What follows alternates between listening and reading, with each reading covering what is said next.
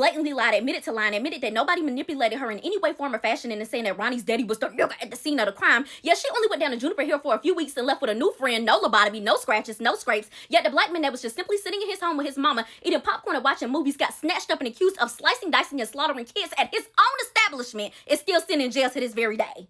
Huh, ain't that America for you? One thing I really love about this show is the way they make race relations seem so realistic, because during last week's episode, and I'm pretty sure this one right here, the clear peoples was uncomfortable. I'm talking about squirming in their motherfucking seats, because on one side of the tracks, we got the clear people being like, but what about Lily? It's all about Lily. Lily was trying to save herself. She was scared. She was manipulated. She didn't want to go back to Juniper Hill. They're going to do things to her. She's going to have a lobotomy. Think about what Lily was going through. And then on this side of the tracks, we got the people that look like this and not like this being like, but ain't Ronnie the same age as Lily? They both 12 to 13 years old. They live in the same town, go to the same school, learn the same stuff, do the same stuff, was down to that movie theater together when they friends was getting sliced, diced, and pulled apart. Yet, Ronnie is black on top of all of this, so she could get slaughtered and lynched for even hanging with this girl or even being around any of this scenario type shit, but nobody got any sympathy and empathy for her.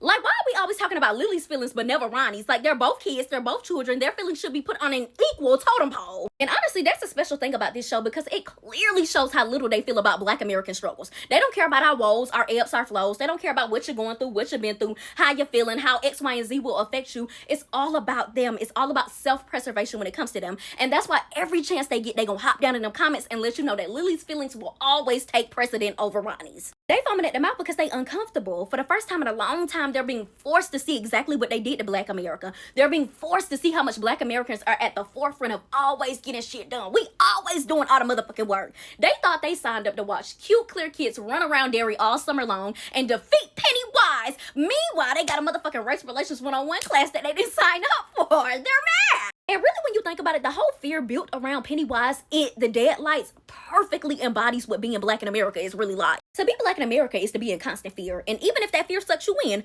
nobody cares. The only people that's going to be looking for you is your family. And that monster know that, because they control that narrative too. You could vanish from the face of the earth and nobody will care or follow up. That's what it's like to be black in America. Moving over to the circus scene, was I the only one that screamed, Austin, what you doing over here, when they saw the little boy version of Francis? Like, Austin, you better take your ass back down to Jenny in Georgia before Bob Gray have you turning tricks in front of them deadlights. Also, I know people was hella gullible back in the 1930s, but did they have any type of discernment? Because you a kid at the fair during the daytime, your daddy done walked off, this old man done took heed to you, he's staring into your soul talking about some, come on in, he basically begging you to go up in there. That should already be your first red flag. Then you step up in there, it's nothing but mirrors. Mirrors is a dead giveaway that that's something bad, bitch. Get up out of there. That's the second red flag. Then you decide to walk further and you see that it's nothing but adults and they drinking liquor, and these two twins turn around with their intestines twisted up. When I tell you that would have been my third and final flag, first of all, I would have never even went up in there because that old ass man was creepy and he's in only with Pennywise. Can't nobody tell me otherwise. And you decide to still keep walking further. Why did you not twist your ass up out of there, Francis? Like, what was you doing? Also, I know the deadlights morph into whatever your biggest fear is, so for him to have that old man chasing him,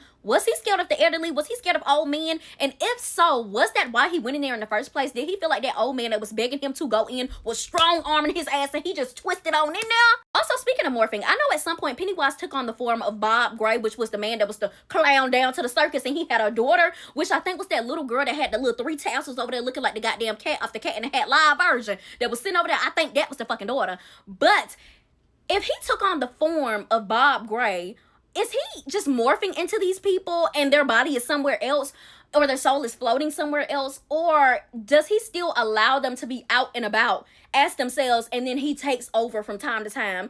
And if it is the second version, I deadass think that that's what he's doing to Marge, that look good and want to be cool so motherfucking bad with them ugly ass girls down to the school. I think that's what he's doing with her too. I think he's allowing her to have her own body, but at times he takes over, because she had that yellow glare in her fucking eye when Rich was talking about her in that flashback. But we gonna get to that. And y'all know I kept asking about the Native Americans last week and how they was gonna tie them into the story, but I think the flashback they gave us this week did a really good job of showing that they either fully defeated Pennywise and made his ass go back into hiding for 27 years, or halfway defeated him and set a boundary and said, you stay in them woods and we stay out here, we just want to fuck with each other. Or third, They just had a common agreement that you stay over there, I stay over here, and when I get the tools that I need to defeat your ass, I'm coming for you, girl. They also did a really good job with tying Francis to the Native Americans and making the army storyline a little bit stronger, because I was wondering, like, okay, y'all know about weapons from other countries. You heard about Russia burying something in Derry a long time ago, maybe in the last war, and you want to see what it is. But the way that Francis was talking sometimes, and he kept talking about fear, I'm like, how would you know about fear, though?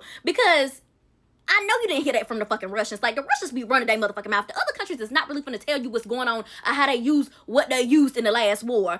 I'm like, I don't even think they used him. He was just out there by himself doing what he was doing. He wasn't really helping nobody. You just think he was helping somebody. And the Russians ran with that storyline. So when he kept saying, oh, he runs off of fear, I'm like, how do you know that? But now it makes a lot of sense, because you was actually running in them woods, running in them streets with the Native Americans, and you saw him. He came after you and they saved you. Also, for the people that keep saying, why do y'all keep talking about race? This show has nothing to do with race. The storyline has nothing to do with race. Like, oh my God, I'm so tired of hearing this. What did you think of that jail scene? Because when the sheriff went down to the jail and he started interrogating Ronnie's dad over them damn cigarettes, y'all should have known what time it was, because he knew goddamn well that Ronnie's dad did not have access to the brand that he gave him. Black people shopped in different stores. They lived on the other side of the pond. They was not allowed to live in them same neighborhoods as them. So he knew goddamn well he didn't have access to that brand. He knew that that man was going to choke on that cigarette. That's why he did that shit. Talking about some, oh, you don't like it. And he said, oh, I'm more of an NBC Goals guy. But you knew that though, because you've been watching me and you know that that's what we smoke over there, baby. They know what we do. We don't be knowing what they do. Oh, I don't know about your brands. You know, like I seen it on the commercial, baby, but I smoke MC Goals. That's what they have down to the bodega or whatever they got on my side of motherfucking town. He knew that though. Then talking about some, oh, that's from that side of the pond. Yeah, it is. Then go ahead and nerd to say somebody called in and spotted him at the scene of the crime and they found this cigarette pack near. You just admitted to smoking Embassy Ghosts and I know a liar. Like, yes, that sounds true, because the clear people would absolutely call and lie on that black man. But on the other hand, I am subject to believe that Pennywise could have morphed into somebody and been on the other side of that fucking phone just lying to remove all the guardianship off from around Ronnie, because you know that's what he like to do. He need to remove the parents from around your ass to get the child. And since we on Ronnie, was I the only one gagging when she finally told that bitch Lily, I should have whooped your motherfucking ass, because ain't no way you went down to the Juniper Hill, got out, did my daddy like that, and still ran back up in my motherfucking face. Like, is you cool, girl? Like, I don't fool with you. The only reason why you talking to me is because nobody else up here want to be friends with you. Not even Marshall, ugly ass. Talking about some, I'm sorry. Don't be sorry, ho. Be careful. You only sorry because you got released. When you was up in there, you weren't worried about none of that motherfucking bullshit. Now you out and about and my dad not, and you want to come up in my face. Ronnie, you better than me, because I would have never hung with that hoe ever again. Matter of fact, I would have snatched that turtle off her wrist and let Pennywise slaughter that.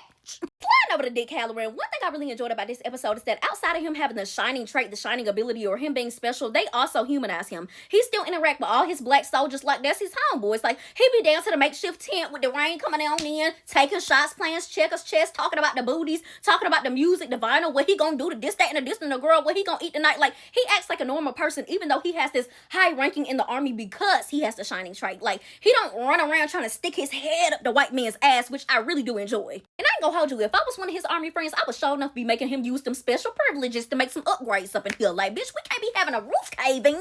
And to me, one of the best scenes in this episode was when they put Halloran in the air, because it slick gave remnants of hoodoo. You could tell that Leroy already had a chip on his shoulder about Halloran, because he peeped that he was one of the men in the room when he was getting beat down that first week he was there. But it kind of slick snapped into place for him when he realized, like, hey, he one of them people with that mind power. Like he said when Halloran came to his house for dinner, hey, where I'm from, everybody knows somebody that got powers like that. I just never seen it in real life. So I think this was the first time he actually saw somebody being able to do this shit, get into your head, really rock your shit. So when he touched that slingshot and was back there going through the motions, he's standing up saying, go east, now.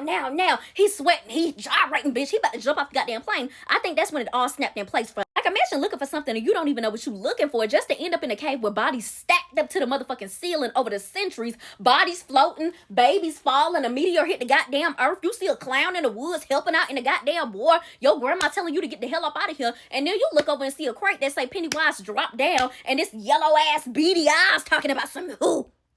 Yeah. Like, honey, that's the first time I ever heard Pennywise sounding confused. Like, he really wanted to know, how the fuck did you get down here? How you even find me, and who the fuck are you, and what are you looking for? But I see you got on that army motherfucking uniform, so bitch, I'm on your ass now. Also, does Charlotte have the shining trait as well? Because when Halloran came down to their house for dinner, it kind of seemed like they were speaking without speaking, but she was only speaking out loud to appease Leroy. Kind of like when he asked her how she felt about Derry, and she gave a vague answer, and they sat in silence for a while, and then he said, you don't like Derry, you don't like it here. And Leroy jumped in and was like, well, you know, she was a teacher down where we lived at. And he said, oh, what kind of teacher? She said, oh, what other teacher would I be? A color teacher. And he said, why you don't find a job here? And he said, all they had was clerical positions. And they got into that. And then she said, well, you know, I really wanted to get into, like, the, you know, the protests and all that and this, that, and this. And she did not say the movement straight out. And he said, oh, The movement. You want to be a part of the movement. But, you can't do that when, your army man got to keep it nice, right, and tight for the white man, for massa. I don't know. It kind of just gave they were constantly speaking without speaking out loud. And even when the guys went outside, Halloran kept looking over his shoulder through the window as if Charlotte could hear him. Like,